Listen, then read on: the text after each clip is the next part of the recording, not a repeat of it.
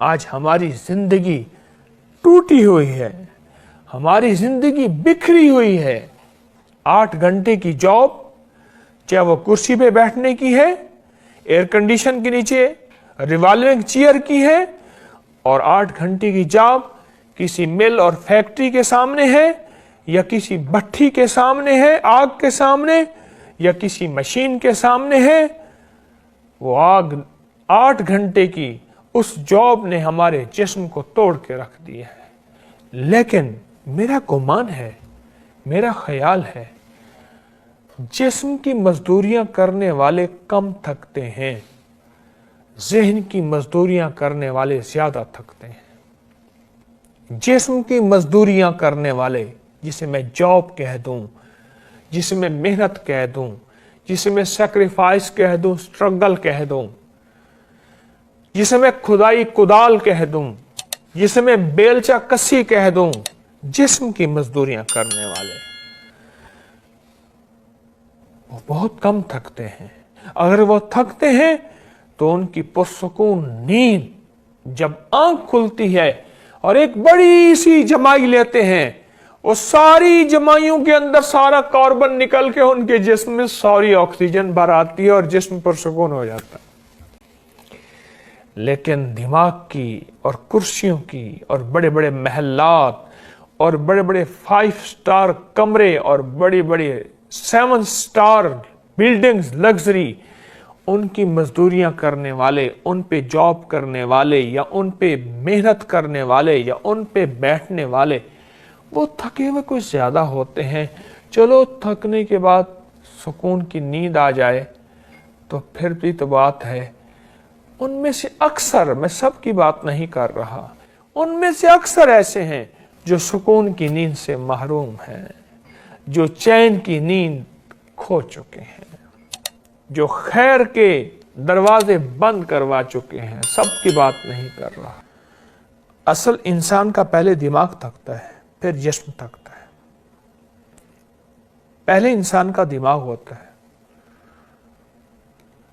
فالج، brain haemorrhage, heart, angina, دل کے دورے، یہ زیادہ کرسی بیٹھنے والوں کو ہوتے ہیں۔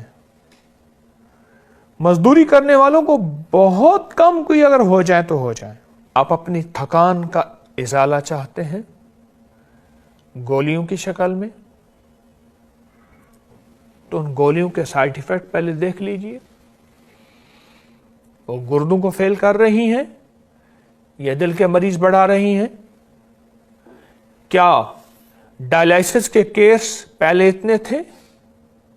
کیا گردوں کے ہسپتال پورے کے پورے تھے؟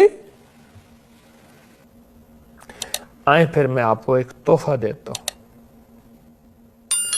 وہ مدینے والے کی سوغاتیں، وہ مدینے والے کے موتی، حضرت سیدہ فاطمہ الزہرا رضی اللہ تعالی عنہا کا ایک عمل میں آپ کی خدمت میں عرض کرتا ہوں، عمل آپ کی خدمت میں عرض کرتا ہوں۔ اونٹ کے لیے کھجور کی گٹھلیوں کو،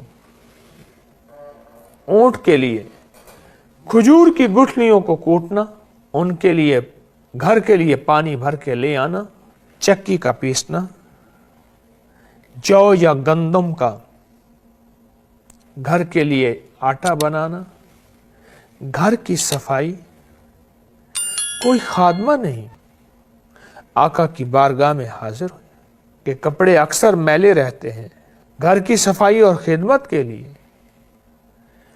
اور جسم پھر رات کو سوتے ہوئے دکھتا ہے۔ آقا نے فرمایا، اور کیا فرمایا اس کا مفہوم عرض کر رہا ہوں۔ اے فاطمہ رضی اللہ عنہا، اگر تم ہر نماز کے بعد 33 بار سبحان اللہ اور 33 بار الحمدللہ اور 34 بار اللہ اکبر پڑھ لے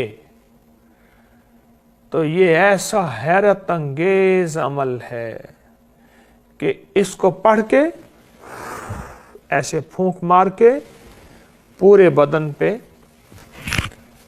ایسے مل لیں، آگے پیچھے ایسے مل.